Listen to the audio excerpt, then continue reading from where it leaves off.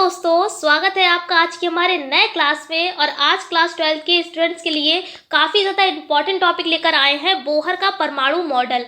ये एग्जाम में आता है लॉन्ग में, यानी कि 5 नंबर में आपका पूछा जाएगा। काफ़ी ज़्यादा इंपॉर्टेंट है और कई बार ये एग्जाम में पूछा गया है। चलिए बताते हैं आपको परमाणु मॉडल ये इन्होंने बोहर ने क्या दिया। लेकिन इसको बताने से पहले आपको थोड़ी सी कुछ नॉर्मल इन्फॉर्मेशन दे देते हैं, यानी जो बेसिक चीज़ है वो तो आपको पता होनी चाहिए कि परमाणु होता क्या है। ठीक है, तो पहले आपको इसके बारे में बता देते हैं जिससे आपको थोड़ी सी इसकी बेसिक नॉलेज हो जाए। यहाँ पर देखिए बोहर ने मॉडल क्यों दिया। अब यहाँ पर देख, कोई भी साइंटिस्ट कोई भी चीज़ देता है तो यानी कि जो पहले कोई चीज़ दे चुका है उसमें कुछ ना कुछ कमियां रही होंगी, इसलिए जो दूसरा साइंटिस्ट है उसमें कमियों को सुधार करके नया मॉडल दे दे, नया कोई चीज़ इन्वेंशन करता है। अब यहाँ पर क्या कहा गया है, बोहर ने मॉडल दिया है। तो बोहर के मॉडल देने से पहले जो वैज्ञानिक थे रदरफोर्ड, कौन थे वैज्ञानिक? रदरफोर्ड, इन्होंने मॉडल दिया। अब भाई इनके मॉडल में कुछ गलतियां रही होंगी, तभी तो नील बोर आए तो उन्होंने अपना मॉडल दिया।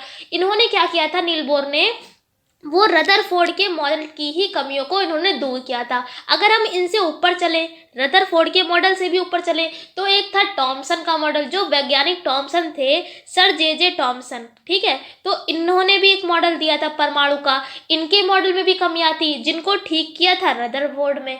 अब फिर से यही बात आ रही है, रदरफोर्ड ने जो मॉडल दिया, अब इनके मॉडल में भी कमियां थी, तभी इनकी कमियों को किसने दूर किया? नील बोर ने दूर किया। तभी इन्हीं के नाम पर इस मॉडल को क्या कहा जाता है? नील बोर का परमाणु मॉडल कहा जाता है। उम्मीद करते हैं कि इतना आपको समझा पाए होंगे। अब देखिए, यानी कि आपको जो परमाणु मॉडल जो बोहर का आज आपको बताएंगे, ये बताने से पहले आपको ये बता देते हैं कि रदरफोर्ड का मॉडल क्या था, क्योंकि अगर आपको ये पता होगा तभी तो आप उनकी कमियों को दूर कर पाएंगे। ठीक है, तो पहले आपको ये बता देते हैं कि रदरफोर्ड का परमाणु मॉडल क्या था। बहुत ज़्यादा आसान तरीके से आपको बताएंगे, कुछ भी रटने वाला काम यहाँ पर नहीं है। हर क्लास में हम अपने यही बात कहते हैं कि आप किसी भी चीज़ को रटिए मत, क्योंकि रटी हुई चीज़ बहुत ज़्यादा देर तक आपके माइंड में स्टोर नहीं रहेगी। ठीक है, तो जितना हम आपको बता रहे हैं आसानी से बताएंगे, बहुत ज़्यादा सरल तरीके से बताएंगे, आपको अच्छी तरीके से समझना है। अगर नहीं फिर भी समझ में आ रहा है तो आप फिर से वीडियो देख सकते हैं। अगर आप वीडियो देखेंगे तो 100% हम ये बात श्योर हैं कि आपको समझ में आ जाएगा। ठीक है, तो समय न बर्बाद करते हुए चलिए बताते हैं रदरफोर्ड का परमाणु मॉडल क्या है। और अगर ये लिखने को भी आता है तब भी आप लिख लेंगे बहुत ज़्यादा आसान तरीके से। यहाँ पर जो परमाणु मॉडल था रदरफोर्ड का, किसका था? रदरफोर्ड का। इन्होंने क्या कहा था, जो परमाणु है वो 2 भागों से मिलकर बना होता है। कितने भागों से मिलकर बना होता है? 2 भागों से। एक भाग होता है परमाणु का नाभिक, ये क्या हो गया, ये हमने बना दिया है नाभिक। और दूसरा भाग क्या होता है, जिसमें इलेक्ट्रॉन चक्कर लगाते हैं। ठीक है, तो एक भाग क्या हो गया, परमाणु का नाभिक, और दूसरा क्या होगा, जिसमें इलेक्ट्रॉन चक्कर लगाते हैं। ये थोड़े से गोल नहीं बनना है, यहाँ पर सारे जो सर्कल होंगे वो बिल्कुल गोल बनेंगे। ठीक है, तो आप इसके लिए बिल्कुल कमेंट ना करें, क्योंकि यहाँ पर हम हाथ से ही बना रहे हैं। सबसे पहले हमने आपको क्या बताया कि रदरफोर्ड का परमाणु मॉडल क्या था। परमाणु कितने भागों से मिलकर बना होता है? 2 भागों से। एक भाग क्या होता है, परमाणु का नाभिक। क्या होता है? परमाणु का नाभिक, ये बना दिया है। उसके बाद दूसरा भाग क्या होता है, जिसमें इलेक्ट्रॉन, देखिए ये वाला चक्कर लगाएगा इलेक्ट्रॉन, फिर एक चक्कर लगाएगा इलेक्ट्रॉन, यानी कि कुल मिलाकर 2 भाग होते हैं। एक भाग परमाणु का नाभिक और दूसरा नाभिक के चारों ओर, ये जो नाभिक है इसके क्या है, चारों ओर का वह क्षेत्र जिसमें इलेक्ट्रॉन चक्कर लगाते हैं। अब अगर आपसे कोई पूछे कि नाभिक में क्या होते हैं, तो आप बता देंगे नाभिक के अंदर क्या होते हैं, प्रोटॉन और न्यूट्रॉन होते हैं। ये तो आपको पता ही होगा, प्रोटॉन पर प्लस आवेश होता है और न्यूट्रॉन पर कोई भी आवेश नहीं होता है, क्योंकि ये उदासीन होता है। ठीक है, तो प्रोटॉन जो है, सॉरी, यहाँ पर जो नाभिक है उसमें क्या होते हैं, प्रोटॉन और न्यूट्रॉन होते हैं। और बाहर कौन चक्कर लगाते हैं? इलेक्ट्रॉन बाहर चक्कर लगाते हैं। अब अगर बात करें जिसमें इलेक्ट्रॉन चक्कर लगाते हैं, इनको हम क्या कहेंगे, तो इनको कहते हैं हम कोश। जिसमें इलेक्ट्रॉन चक्कर लगा, जैसे ये वाली कक्षा है इसमें इलेक्ट्रॉन चक्कर लगा रहा है, ये वाली कक्षा है इसमें इलेक्ट्रॉन चक्कर लगा रहा है, तो इन कक्षाओं को क्या कहते हैं, कोश। क्या इनको लिखते हैं हम किससे, KL KLMN, किससे लिखते हैं KLMN। कोश कितने होते हैं 4, तो इनको किससे लिखते हैं KLMN। ये है क्या, जिसमें इलेक्ट्रॉन चक्कर लगाते हैं, जिन कक्षाओं में इलेक्ट्रॉन चक्कर लगा रहे हैं वो क्या है कोश, और ये इनको किससे लिखते हैं KLMN से। अगर बात करें कि KLMN जो यहाँ पर कोश हैं, इनमें कितने कितने परमाणु, इसमें कितने कितने इलेक्ट्रॉन होते हैं, तो देखिए जो कोश होता है K, उसमें इलेक्ट्रॉन होते हैं 2, L में होते हैं 8, M में होते हैं 18 और N में होते हैं 32। अगर आपको नहीं पता है तो कोई बात नहीं है, डिटेल में आपको बता रहे हैं, आप इसको साइड में लिख भी सकते हैं। जैसे कि ये जो न्यूक्लियस है यानी कि नाभिक है, ठीक है, जैसे ये जो पहली कक्षा है, इस कक्षा को हम कहेंगे K, यानी जो कोश K है। उसके बाद ये L है, अगर इसके ऊपर और इस तरीके से आप सर्कल बनाएंगे तो ये हो जाएगा हमारा M, और उसके ऊपर वाला क्या हो जाएगा N हो जाएगा। यानी जो पहला वाला K कोश है, इसमें कितने इलेक्ट्रॉन, मान लिया एक ये इलेक्ट्रॉन है, एक ये हमने बना लिया, यानी इसमें कितने 2 इलेक्ट्रॉन चक्कर लगाएंगे। इससे ऊपर वाले में कितने 8 लगाएंगे, तो आप अपने अकॉर्डिंग ये 8 यहाँ पर इलेक्ट्रॉन बना लेंगे। उसके ऊपर 18 और उसके ऊपर N में कितने हो जाएंगे 32। यानी कोश कितने KLMN कितने होते हैं, इनमें इलेक्ट्रॉनों की संख्या क्या होती है 2, 8, 18, 32। आप मेरे साथ बोलिए जिससे आपको याद हो जाए, 2, 8, 18, 32, 2, 8, 18, 32। चलिए उम्मीद करते हैं कि इतना आपको समझ में आ गया होगा। अब देखिए इनके मॉडल में कमी क्या थी।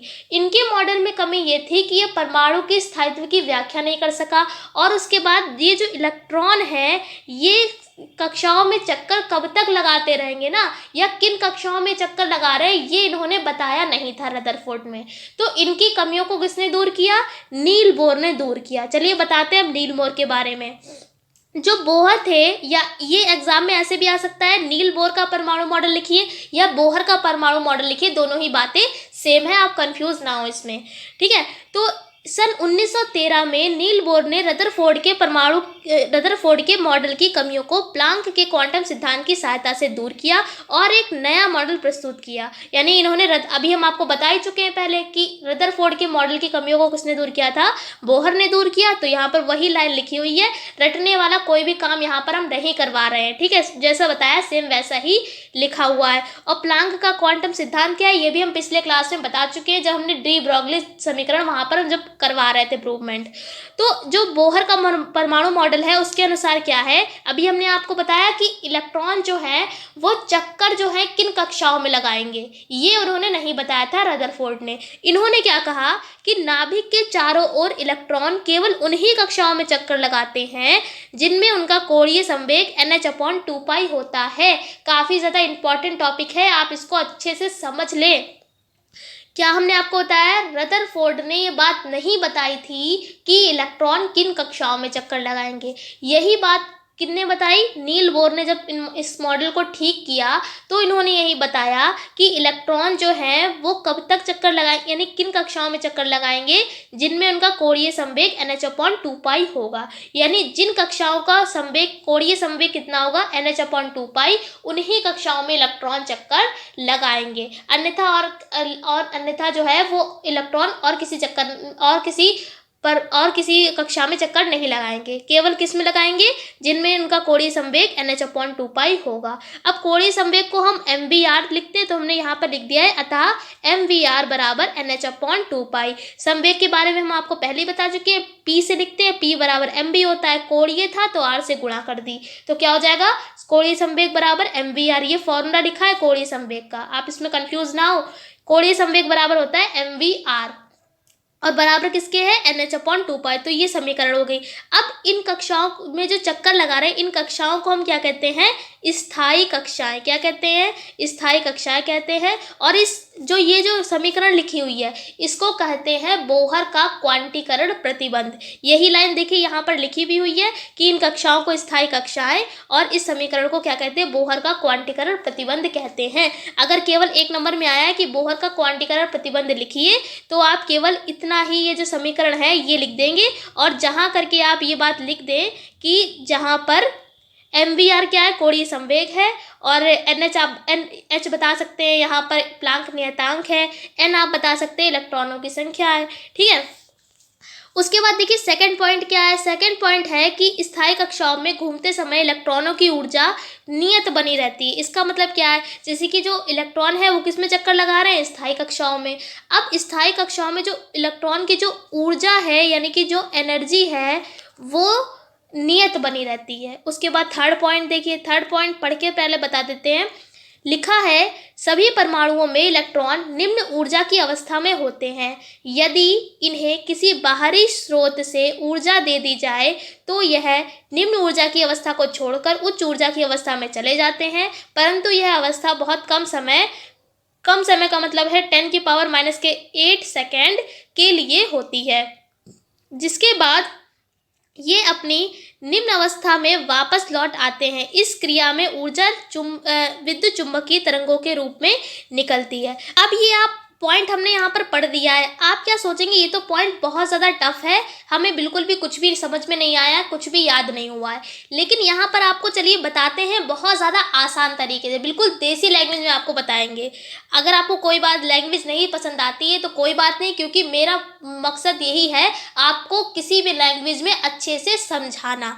तो यहाँ पर अगर यहाँ पर जो पॉइंट पढ़ा है, ये पॉइंट पहले तो हमने थ्योरी वाइज पढ़ ही दिया है। अगर यहाँ पर आपको प्रैक्टिकल रूप से समझा देते हैं।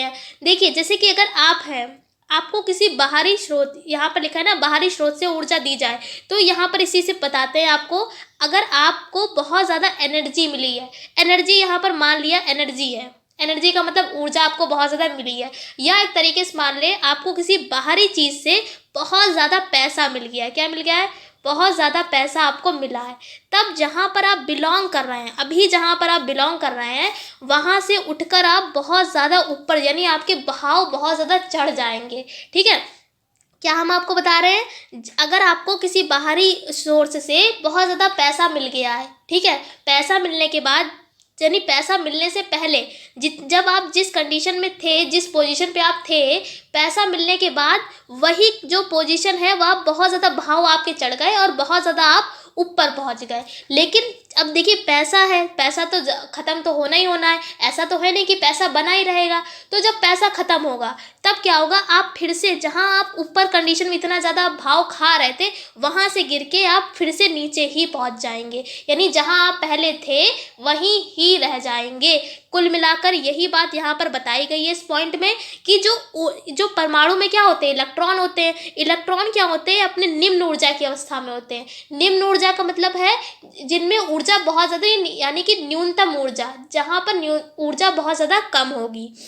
तो इलेक्ट्रॉन क्या होते हैं, निम्न ऊर्जा की अवस्था में होते हैं। अगर इन्हें क्या होता है, बाहरी स्रोत से ऊर्जा दी जाए, बाहरी स्रोत का मतलब जैसा कि हमने आपको एग्जांपल में बताया कि अगर आपको किसी बाहरी सोर्स से पैसा मिल रहा है, ऐसे ही इनको क्या होता है, इलेक्ट्रॉन को किसी बाहरी स्रोत से अगर ऊर्जा मिलेगी तब ये क्या करते हैं, ये भी यही काम करते हैं। जहाँ पर ये थे वहाँ से उठकर बहुत ज़्यादा ऊँचे यानी कि उच्च ऊर्जा की अवस्था में चले जाते हैं। लेकिन ये जो अवस्था है, ये जो सिचुएशन है, ये कंडीशन जो है, ये बहुत ज़्यादा अधिक समय तक नहीं बनी रहती है। जिस प्रकार हमने आपको एग्जाम्पल में बताया कि जो पैसा है वो बहुत ज़्यादा देर तक नहीं बना रहता है, ख़त्म होना ही है। यानी कि अगर आपने भाव खा के अगर आप ऊपर चढ़े भी हैं तो बहुत ज़्यादा नीचे बहुत जल्दी गिर जाएंगे, यानी बहुत कम समय तक ही ये कंडीशन बनी रहेगी। तो उसी के अकॉर्डिंग इलेक्ट्रॉन उच्च ऊर्जा की अवस्था में तो पहुँच गए, लेकिन ये जो कंडीशन है वो बहुत ज़्यादा समय तक नहीं बने रहेगी। लेकिन यहाँ पर डायरेक्ट बता भी दिया गया है कि ये जो कंडीशन है कितने समय तक बनी रहती है, 10⁻⁻8 सेकेंड तक, केवल इतने समय तक ये केवल बनी रहती है कंडीशन। और फिर से जो इलेक्ट्रॉन निम्न ऊर्जा की अवस्था में जैसा था वैसा ही फिर से वापस आ जाता है। जैसे कि अभी हमने आपको बताया था, आप भाव खा के ऊपर चढ़ते हैं और फिर से जब पैसा आपका ख़त्म हो जाता है आप फिर नीचे गिराते हैं। उसी के अकॉर्डिंग जो इलेक्ट्रॉन है उसको ऊर्जा मिली ऊपर से, इसको बाहरी स्रोत से ऊर्जा मिली, ये ऊपर पहुँचा और लेकिन इसकी फिर ऊर्जा ख़त्म हो गई और फिर ये नीचे गिराया। ठीक है, तो थर्ड पॉइंट में केवल इतना ही लिखा हुआ है कि परमाणु जो है वो निम्न ऊर्जा की अवस्था में होता है। अगर इन्हें हम बाहरी स्रोत से यानी बाहरी सोर्स से ऊर्जा दें तो ये क्या होता है, अपनी जो निम्न अवस्था, जो नीचे वाली अवस्था थी उसको छोड़कर ऊपर पहुंच जाता है। लेकिन ये जो अवस्था है बहुत देर समय तक होती ही नहीं है और ये पुनः अपनी वापस निम्न अवस्था में वापस लौट आता है। और ये जो क्रिया होती है ये ऊर्जा ये इस क्रिया में जो ऊर्जा होती है वो विद्युत चुम्बकीय तरंगों के रूप में निकलती है। यानी ऊर्जा किस में निकलती है? विद्युत चुम्बकीय तरंगों के रूप में निकलती है। अगर हम मान लें कि इलेक्ट्रॉन की निम्न अवस्था में ऊर्जा कितनी है? E1, और जो उच्च अवस्था है उसमें ऊर्जा कितनी है? E2। तो क्या हो जाएगा? E2 minus E1 is equals to h nu. ठीक है, ये क्वेश्चन बन जाएगी। यहाँ पर न्यू क्या है? आवृत्ति है, h प्लांक नियतांक है, और E1 E2 आपको बता चुके हैं। E1 है निम्न अवस्था में ऊर्जा और E2 क्या है? उच्च अवस्था में ऊर्जा है। अब यहाँ से आप न्यू का मान निकाल देंगे, h इसके नीचे पहुँच जाएगा, तो क्या हो जाएगा? न्यू बराबर E2 माइनस E1 अपॉन में h। अब इस समीकरण को हम क्या कहते हैं? इस समीकरण को कहते हैं बोहर का आवृत्ति प्रतिबंध। आवृत्ति कैसे? क्योंकि न्यू बना है, न्यू को बोलते हैं आवृत्ति, तो ये क्या हो जाएगा? आवृत्ति प्रतिबंध हो जाएगा। अगर ये 1 नंबर में आए तो आप केवल ये प्रतिबंध लिख देंगे। ठीक है, तो ये तो पूरा हो गया, हमने आपको बता दिया पूरा डिटेल में, बहुत ज़्यादा आसान तरीके से समझा दिया है कि बोहर का परमाणु मॉडल क्या है। बहुत ज़्यादा आसान लैंग्वेज में बताया है। अगर फिर भी आपको समझ में नहीं आ रहा है तो आप कमेंट सेक्शन में कमेंट करके पूछ सकते हैं। उसके बाद देखिए यहाँ पर एक पॉइंट और लिखा है, ये भी आपको समझा देते हैं। ये लिखा हुआ है कि बोहर का परमाणु मॉडल आधुनिक भौतिकी की आधारशिला। शिला का मतलब क्या है? ये यहाँ पर पिलर है, इसलिए इसके लिए इन्हें सन 1922 में नोबेल पुरस्कार दिया गया था। यानी ऑब्जेक्टिव में आ सकता है ये कि बोहर का परमाणु मॉडल के लिए इन्हें किस सन में पुरस्कार दिया गया? नोबेल पुरस्कार मिला है 1922 में। उम्मीद करते हैं कि पूरा क्लास आपको अच्छे से समझा पाए होंगे, और अगर आपको वीडियो पसंद आई हो तो प्लीज़ वीडियो को लाइक करिएगा। चैनल पर नए हैं तो चैनल को सब्सक्राइब कर लीजिए। हम आपसे फिर मिलते हैं एक ऐसी क्लास के साथ, तब तक के लिए जय हिंद, जय भारत।